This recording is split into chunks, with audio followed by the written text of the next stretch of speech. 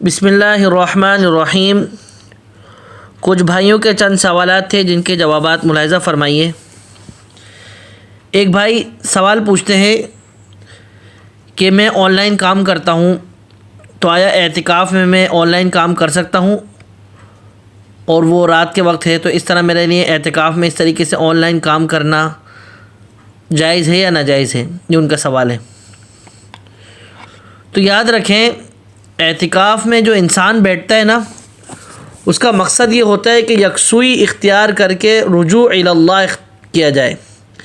کہ دنیاوی ہر چیز کو چھوڑ کر صرف اور صرف اللہ کے در پر، اللہ کے گھر پر، اس کی بارگاہ میں بیٹھ جانا، اور دھیان، رجوع، توجہ، ہر چیز اللہ کی طرف کر دینا، یہ اعتکاف کا مقصد ہے۔ اب اگر آپ آن لائن کام کی بول رہے ہیں تو اس میں پھر اعتکاف کا مقصد نہیں رہے گا، وہ مقصد فوت ہو جائے گا۔ ظاہر ہے کچھ ٹائم آپ کو دنیاوی امور میں بھی لگنا پڑے گا، اس پہ بھی مصروف ہوں گے، تو یہ اعتکاف کا مقصد نہیں رہے گا۔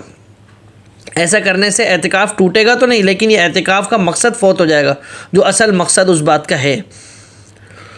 ہاں، لیکن اگر کسی شخص کی مجبوری ہے کہ بھائی اگر میں آن لائن کام نہیں کروں گا تو میری نوکری ختم ہو جائے گی، یا میں ان کو جواب نہیں دوں گا آن لائن تو میری نوکری ختم ہو جائے گی، تو اس صورت میں اس کو کرنے کی اجازت ہے، لیکن پھر بھی یہ مکروہ ہے۔ یا ایسا شخص ہے کہ جس کا گزر بسر اس پر چلتا ہے، اگر ڈیوٹی نہیں کرے گا تو اس کے گھر کے اخراجات پورے نہیں ہوں گے، گھر میں پریشانی کا باعث ہو جائے گا، پھر اس کے لیے بھی اجازت ہے، لیکن پھر بھی مکروہ ہے۔ تو لہٰذا خلاصہ کلام یہ ہوا کہ اعتکاف میں ان چیزوں سے بچنا چاہیے، دھیان اللہ کی طرف رکھنا چاہیے، ایسا کرنے سے گریز کرنا چاہیے۔ انسان کوشش کرے کہ اگر اعتکاف میں بیٹھنے کا ارادہ ہے تو 10 دن کی چھٹی لے لے،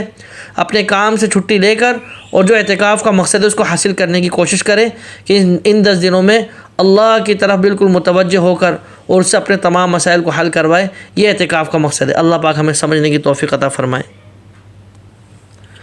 اسی طرح ایک بھائی مسئلہ پوچھتے ہیں کہ میرے پاس 6 تولے سونا ہے، آیا اس پر زکوٰۃ ہوگی یا نہیں ہوگی؟ یعنی ان کے ذہن میں سوال یہ ہے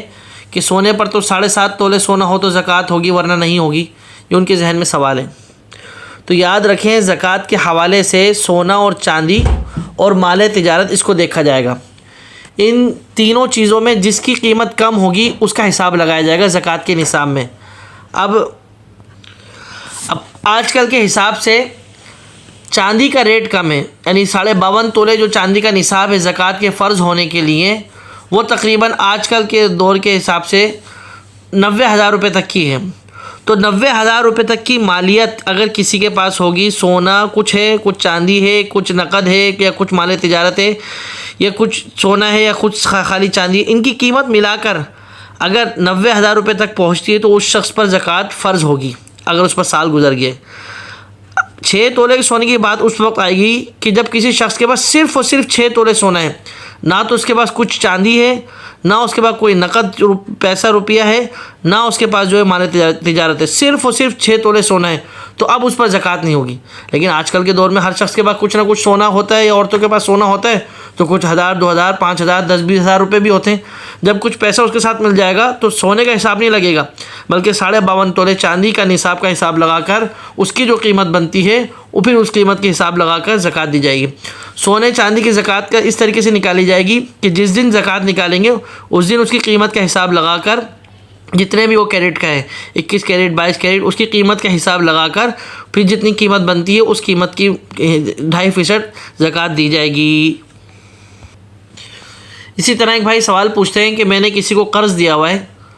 اب اگر میں ان پیسوں پر زکوٰۃ کی نیت کر لوں کہ وہ پیسہ اس کے پاس ہے، میں بھائی نیت کرتا ہوں کہ وہ زکوٰۃ، مثال کے طور پہ کسی کو 10,000 روپے دیے میں،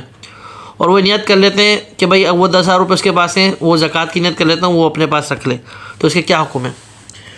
تو یاد رکھیں، زکوٰۃ دیتے وقت کسی کو یہ بتانا ضروری نہیں ہے کہ زکوٰۃ ہے، بلکہ آپ ایسی بول دیے ہدیہ ہے یا قرض ہے، بھائی رکھ لو اپنے استعمال میں کر لو۔ اگر کسی کو یہ پیسے دیتے وقت اس وقت زکوٰۃ کی نیت ہو اور اس وقت بھلے قرضے کے نام سے دیں، پھر زکوٰۃ ادا ہو جائے گی۔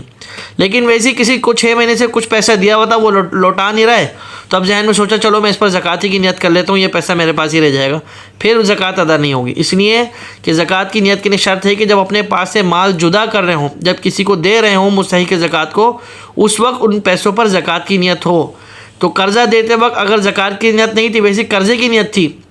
بعد میں مہینے 2 مہینے بعد جب دیکھا وہ نہیں لوٹا رہا ہے یا دیکھا کہ وہ مستحق ہے تو اس وقت زکوٰۃ کی نیت کرنے سے زکوٰۃ کی نیت نہیں ہوگی۔